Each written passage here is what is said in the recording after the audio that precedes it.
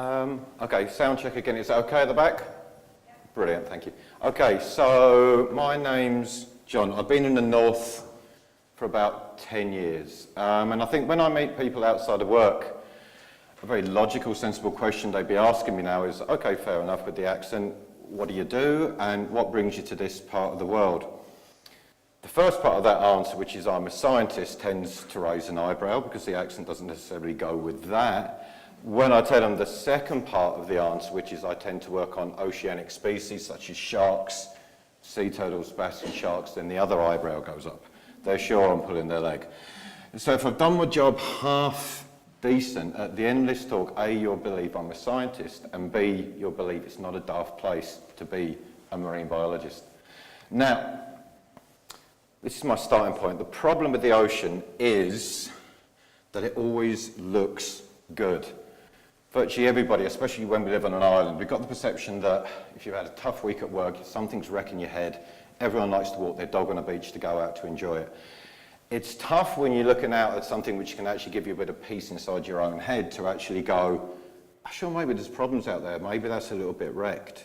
On land, it's a lot easier, and I guess that's the theme through the talk. If someone's, I don't know, put up a new housing estate, building a new road, you can see it, you can form an opinion on it. A lot of the changes that we face in the ocean are not so easy to pick up. So this process of trying to unravel change in the oceans, and this is something before I retire, I'm going to try and do something about publicising this more. The birth of what we call modern marine science, or what you might term oceanography, actually began in Belfast.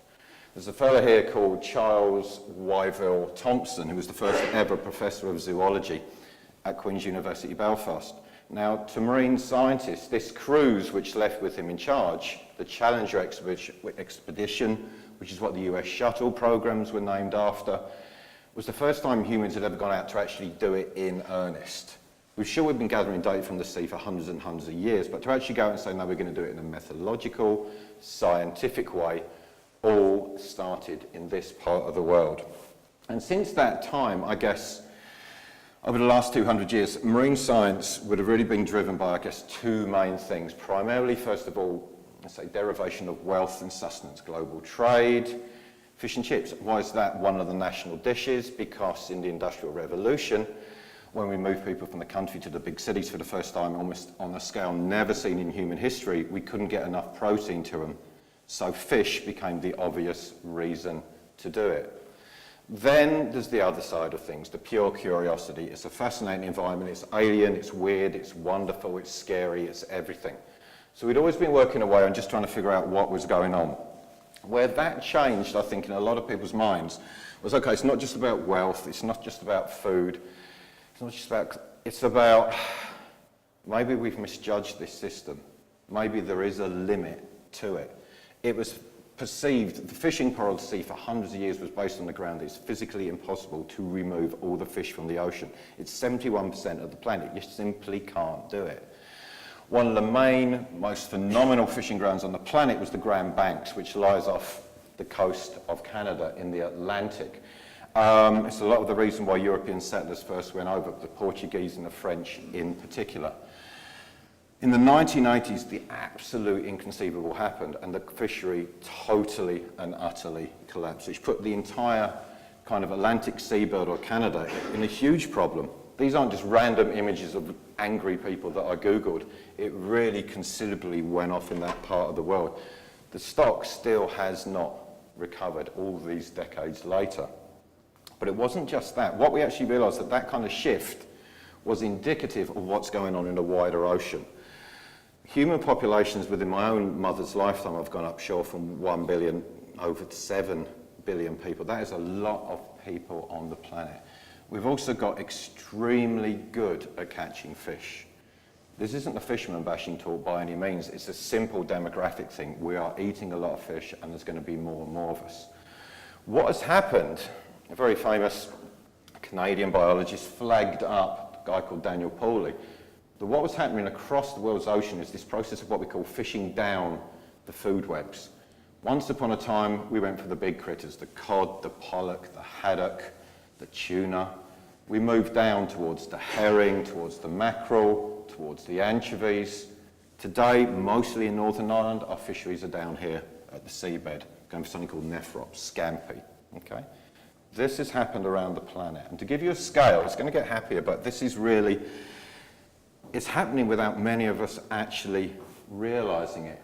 This is, all you need to worry about is the actual kind of curves here, the drops here. These are different parts of the world's ocean, pretty much since the end of the Second World War. These are all the top predatory fishes, the big snarly guys at the top of the food webs. Cut a long story short, we've removed about 90% of them in the last 50, 60 years, and we're still at that level. For us, is that an issue? Maybe, maybe not. We don't actually, as an island, eat as much fish as other islands around the world. Maybe you go to the Chipper, have fish on a Friday, etc., etc. We don't live and breathe fish.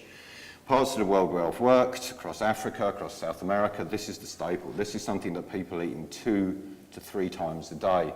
And already in places such as Senegal or around the African coasts, fishing communities are starting to move. In terms of people coming to Europe, they're getting on boats for a reason, and the lack of food is one of those reasons. And I think this is something, I like this from WWF, I think it's really interesting. They always use bluefin tuna as kind of a poster boy for the ocean. Bluefin tuna are unbelievably phenomenal animals. They're also critically endangered. But we treat them differently, you know? If you think about it, the money that's involved in them, that's one bluefin tuna. That sold recently for $636,000, a single fish. And it's online, everyone's talking about it, it's fantastic. What is our response to it as a species? It's, well, as we're actually moving towards making this thing extinct, we're not cutting back on fishing for them. What's happening in parts of the world is they're freezing them long term, so when they actually go extinct, they can be sold at the price of platinum, estimated to probably be anywhere up towards $1 million US per fish. Okay, this is tuna. You know, it's a fish that we are so unbelievably familiar with, and yet we've removed.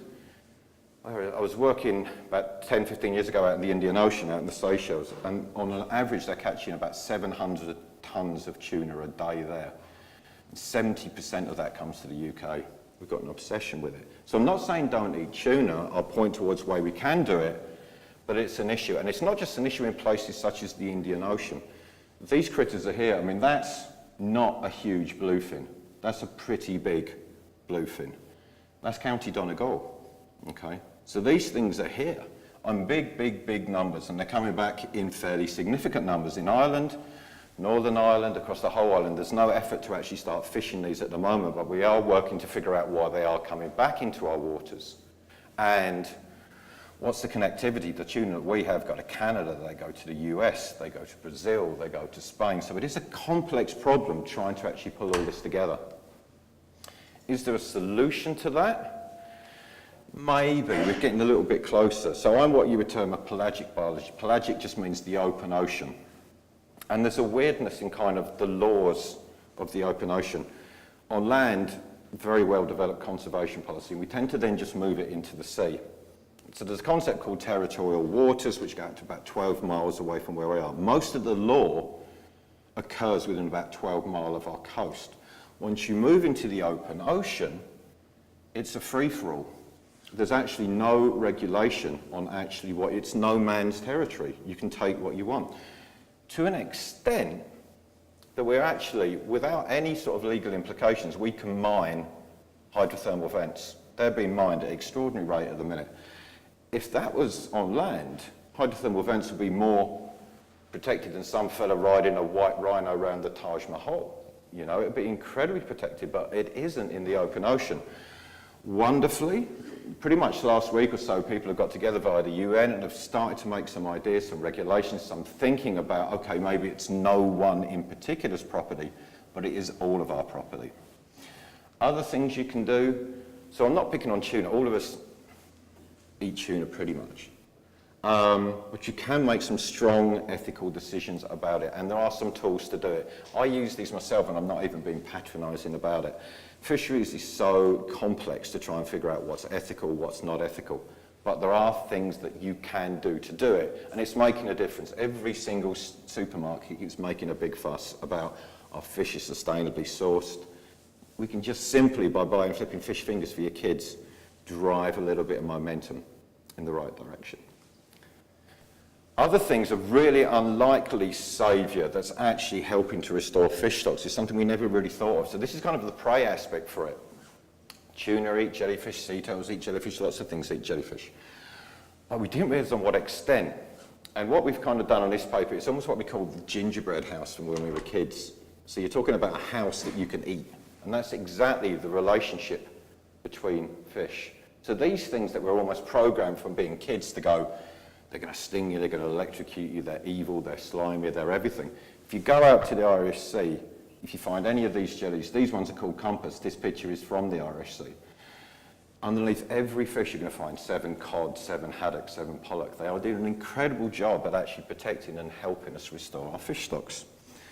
So this is the slide that kept me in work to about 10 o'clock last night. I was thinking, how in a talk can I link dinosaurs, climate change, what I work on, human extinction, and I came up with this, which is tenuous, but I think it works.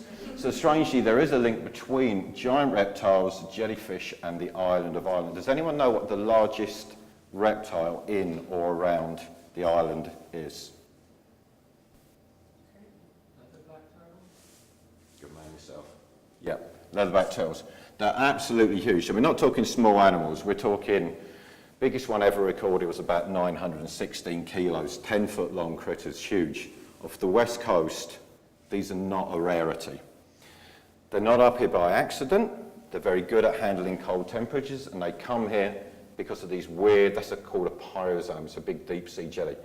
Unbelievable numbers of jellyfish. Sure, not much fun for us swimming, a lot of fun for sea turtles feeding on it. So the story for those, I guess what the relationship with those is historically, and this is where I started years and years ago, working on nesting beaches as a kid, as a volunteer, just going out to places trying to do some good.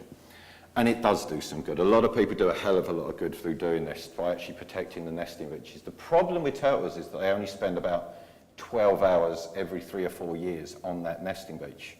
The other 99.99999% of their time, they're out at sea. Where we're still working through problems is trying to figure out how, again, mainly through the big oceanic tuna fisheries. If you've ever seen A Perfect Storm, it's a brilliant film. I have nothing but admiration for people that work and live like that. They are tough. But what we did in the 80s is move away from using these huge drift nets, which affected dolphins, towards these long lines. Avoids dolphins, but it does snag other critters along the way. So we had a problem that in the Atlantic, in the Pacific Ocean, this was increasingly happening, and any female turtle in any given year stood about a 60% chance of actually getting snagged. Now, this is an animal that takes probably 15, 20, 30 years sometimes to become sexually mature. You can't lose them at an increasing rate. So we did some work on this back in the day. This is probably where I started working on leatherbacks, probably about 14 years ago or so. And we knew 2 things really when we started. Technology was getting better. One thing that is brilliant about Ireland and Britain is that we keep phenomenal records of things. And there's actually records of leatherback turtles that go back to the Venerable Bede, who was a monk in Lindisfarne up in Northumbria in England in about 700 AD. That was the first. The monks actually run out with a spade, bashed it on the head, which is totally what you would do if you saw something this big come up on the beach. The other thing we knew was this, that they bred in the Atlantic, typically around Gabon, but also the wider Caribbean region. We wanted to try and get to grips with where turtles were getting snagged on long lines, and what we hoped to find was that we'd find lovely, what we call migratory corridors, animals shifting up and down, up and down, up and down, and we could go, that's easy. Guys, let's not fish in this narrow corridor and the world's over. That's not what turtles do. They're not even really migratory. They don't shuttle between anywhere. If there is a term in ecology, and I don't know if there is, they're central place breeders. Every 3 or 4 years, they're hacked down. This is Grenada down in the Caribbean, nest, and then pretty much come up and work their way right around the Atlantic. Those turns in the tracks represent them coming up to us and then coming down in the sort of winter months. So I thought, well, what can we do with that? We're trying to make some kind of policy recommendation on this. What we did was work with the Americans and put our heads together. So we had the data for the Atlantic, they had the data for the Pacific. So the question was, why is the Pacific bad? Why is the Atlantic not as bad? And what it boiled down to, if you take those as schematics for leatherbacks leaving their breeding grounds, coming up to us to feed on jellies, this is what happens in America. Pretty much around Costa Rica is the main kind of Central Pacific area for them. And this is where the fishing fleets lie. So here in the Atlantic, by the time they've got up to us, they've fanned right out across the ocean. They're not hitting the fleets in any big numbers. Here, they're running through the fishing fleets just before they fanned out. So is there a solution? Yeah, okay, so this we presented to the United Nations. It's policy recommendation for about 80 countries. Tough to enforce, but it is slowly happening. And also, in science, you always want to look for the simplest solution to a problem. And the simplest solution here is to just simply change your hook type. If you change from these things called J hooks to circle hooks, that is cutting leatherback bycatch dramatically. So that is good. It is starting to work. The other thing that we're facing in terms of warming, and this has been going on for a long time. It's happened many times in history before warming and cooling, but it's happening very fast at the minute, that we can say. They have a weird thing. We have this thing called genetic sex determination. There's a genetic component to whether we're born male or female. In sea turtles, eggs are born gender neutral. They're not male, they're not female. If they're incubated above 29 degrees C, then they hatch as female. If they're incubated below 29 degrees, they hatch as males, okay? So the simple logic in that is, as the climate in certain parts of the world is warming, the process of what we call feminisation is starting to happen. As you would think, okay, immediately as an ecologist, I go, look, if I want to skew a population, male or female, it's better to go female, okay? Males can reproduce with multiple females. You're not going to collapse the population. But it is happening quite fast. This is very tenuous, but this is a question I asked my lecturer when I was an undergraduate myself, and I've always wondered. It still bugs me, and one day I will do something about it. At the end of the Cretaceous, sort of what we call the Kt Extinction event, when all the dinosaurs hit the dust, literally. At the end of that period, a lot of them were either big, such as Dippy, or they were kind of bipedal by nature, and a lot of them laid their eggs in open cast nests. If they had some form of temperature sex determination, a dramatic climate shift such as that might have an effect. But anyway, that's an aside. What's happening in today's world is from the Great Barrier Reef. If you look around this part of the world here, when I say feminisation, I mean serious feminisation. Think about it, to us the world is the other way round, so as you move north it's getting warmer. Up around here, at this part here, it's now between 90 to about 99% female production. Down here, where it's slightly cooler, about 66%. So we've got a problem that there's still lots and lots of sea turtles in the water, but we do not know. There's this term what we call an operational sex ratio. How many males do you need to keep a population in any way viable? We're doing a lot of work at the minute out in the Galapagos. It's not really driven by this. It was driven by work to do with ecotourism, boat strikes, trying to rezone the national park in that part of the world. But when we put the cameras on, little devices like Fitbits that we have on our wrists, we found that actually we're recording lots and lots and lots of different mating events. Put the devices on males and you can start to calculate exactly how many males, females might be intercepting. That leads you onto a moral dilemma, and I don't know the answer to this. That if we have got a problem whereby we are producing no males at all anymore on the planet, can we do anything about it? And the answer is actually yes, technically we can. You can take clutches of eggs, you can incubate them under sheltered conditions, you can skew it so they emerge as males, you move a lot more males into the population. Doing it on a species scale is pretty epic. And it's also, I don't know if that's right. I don't know if we're playing God. I don't know what we're doing. It is a solution. I don't know if it's a solution.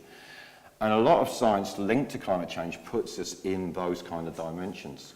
So my final slide on this, I guess, I hope, is, well, what I describe myself most frequently have, anyone who's ever been taught with me would be bored with me saying it, as an ecologist, it's quite a weird time to live. I describe myself as a mathematically competent harbinger of doom. right? I'm very good at saying, see that system? Yeah, that's wrecked, in fairness. You see that species? Yeah, that one's gone. Okay, it drives me mad. So I'm trying to, as I'm getting older, and trust me, I'm getting older, move towards what we call kind of a legacy crisis. So that's my homage to my own personal midlife crisis. Does it matter if we do anything about this?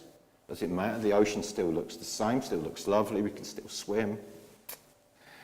There's some big issues. If we don't fix the global fisheries crisis, we are going to prompt, through no fault of their own, for developing countries around the world, probably the biggest human migration we have ever seen. People will run out of food on an epic scale. They're not fishing out their own fish. It's the industrialised West that's doing it. We can think more carefully about it. Then, on the other side of it, my daughter was over here the other day, seeing Dippy, absolutely delighted. It's fantastic she had the same experience I did in London as a 7-year-old myself, seeing the, amazing animal. I don't want to be talking about species like leatherbacks, which, by the way, are older than Dippy. And it always is amusing. People think things like Jurassic Park and go, it'd be amazing if we had dinosaurs back. Wouldn't it be amazing? And go, not really. You build golf courses on their habitats and fish them out. Like, that's what we do to them. But I don't want to see that added as a page to that. So if we're careful, we might just be able to do something. Thank you very much for the invite and for folks around it. Thank you.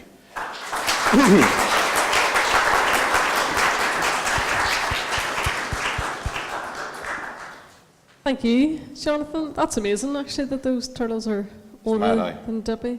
That's unbelievable. Do we have any questions from the audience for Jonathan? Raise your hand if you have a question, burning question for him. Okay, I'll start off while you're obviously still thinking of your question. So one of the first things, if there's climate change, with climate change, are we going to see more turtles, leatherback turtles here in Ireland? Is that a possibility? Yeah, it is. I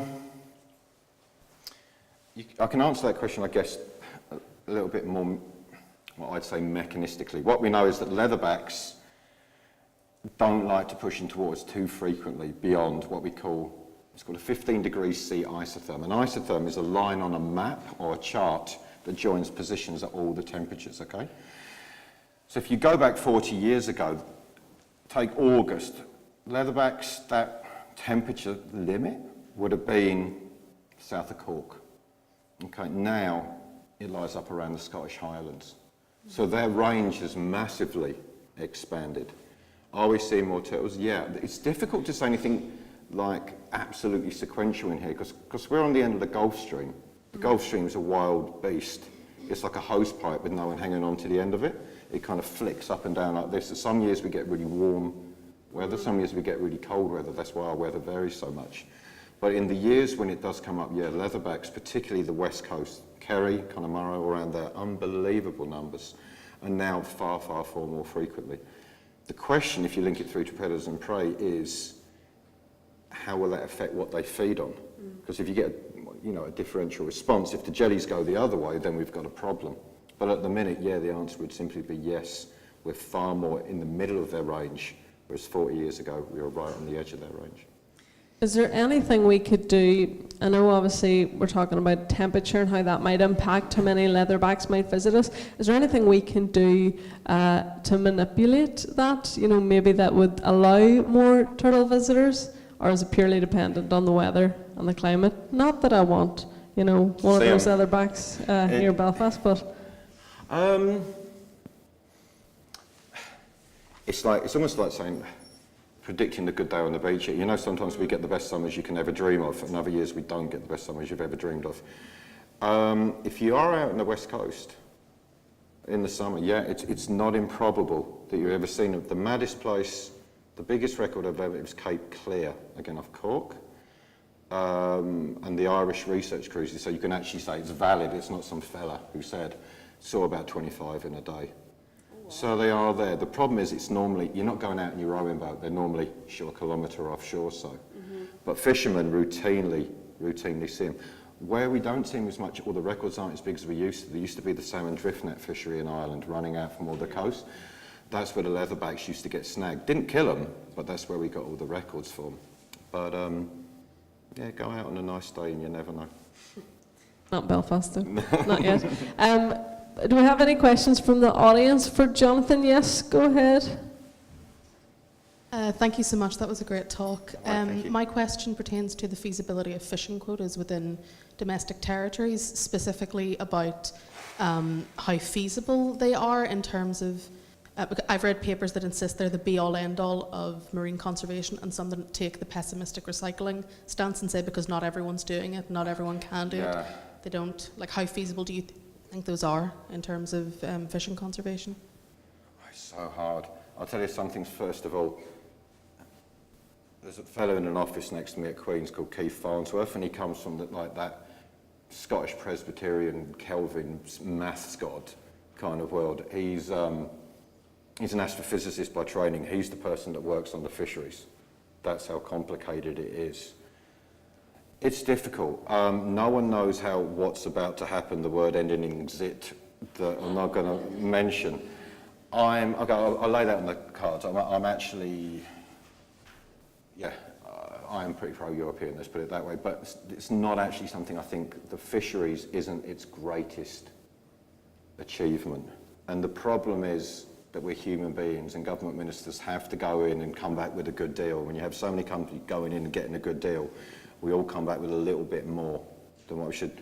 The tuna, which are critically endangered, like every year the quota for them is meant to be 30,000. That's what the scientists tell us. I can't believe I just said that expression. That's what the scientists tell us, okay? The quota is normally set at about 110,000. So it's like 4 or 5 times as much as it is. If you have more control of your own waters, do you ever stand a better chance of managing it? Theoretically, yes, but never in our history have we done it.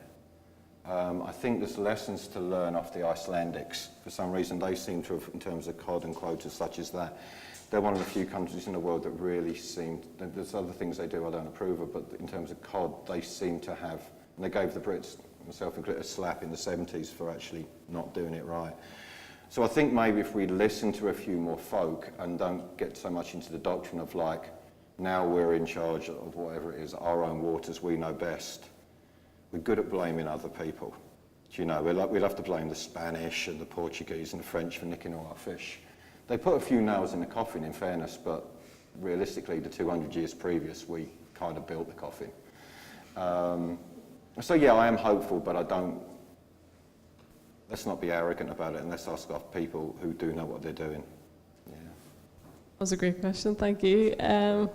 Do we have another question from the audience before Jonathan? Oh, okay. Keep your hands up just so I can. Yeah, there's a guy just at the very back. You can ask your question very quickly and then we'll go to the guy at the back. Yeah, go ahead. What can we do about the high seas? What can we do about the high seas? I don't know. I mean, that UN thing that's coming through, I hope is going to have some impact, but the problem with the sea is once you're a mile away from shore, everyone becomes invisible and a bit piratey.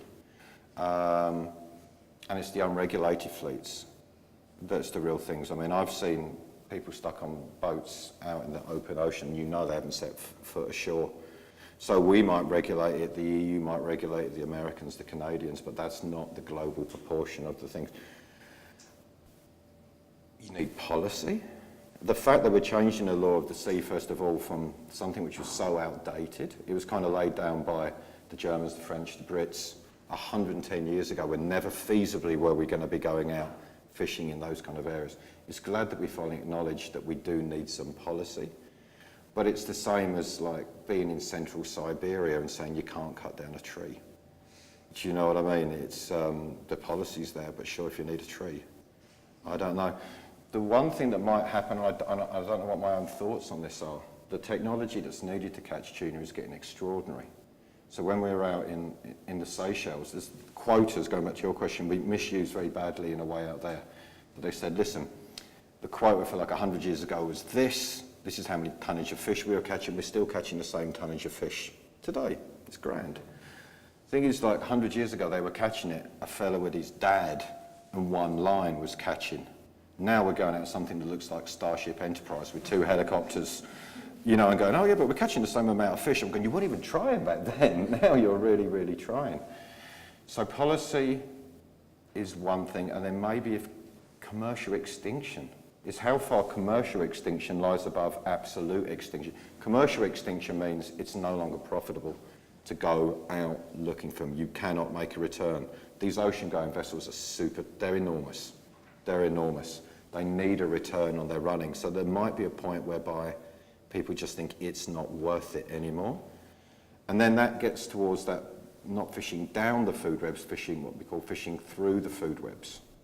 Because in Northern Ireland, there's still a lot of other fish out there. Actually, it's not the worst managed fisheries in the world around here. They're okay. But people stopped going so much for haddock and pollock and cod and all these kind of things because they were harder, riskier to find. They're patchy. If you go out to mud patch out in the Irish Sea and you stick a dredge down, you know 100% you're going to come up with shrimp.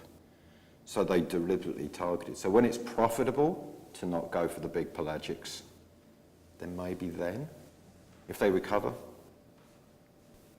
One more question for you, Jonathan. I think it's the person here in the corner. I can't see this far who it is, but I know they've got a tie on. Do one of you have your hand up for a question? I think the same question was just asked. Was it? Did I? Not surprising. My answer was about 10 minutes long. I probably answered every question. Yes, you can ask a question. How do you get on those trips to the Seychelles? Is that one to volunteer? Yeah, no, that one's that's good to get to. Yeah, no, they're actually very long trips. Galapagos is 2.5 days. He says getting his small violin out. Yeah, it is. But yeah, normally about 4 or 5 flights to get out there. But How awful for you. I've got it sorted. I go in January, which is kind of the best, not my favourite month. Do you know what I mean, weather-wise? So in fairness, January's good. But yeah, for the next 4 years, we'll be going out there, which would be nice. Emer might join you, I think. Resigning immediately from your current post. Can we have another round of applause, please, for Dr. Jonathan Houghton? Thank you, Jonathan.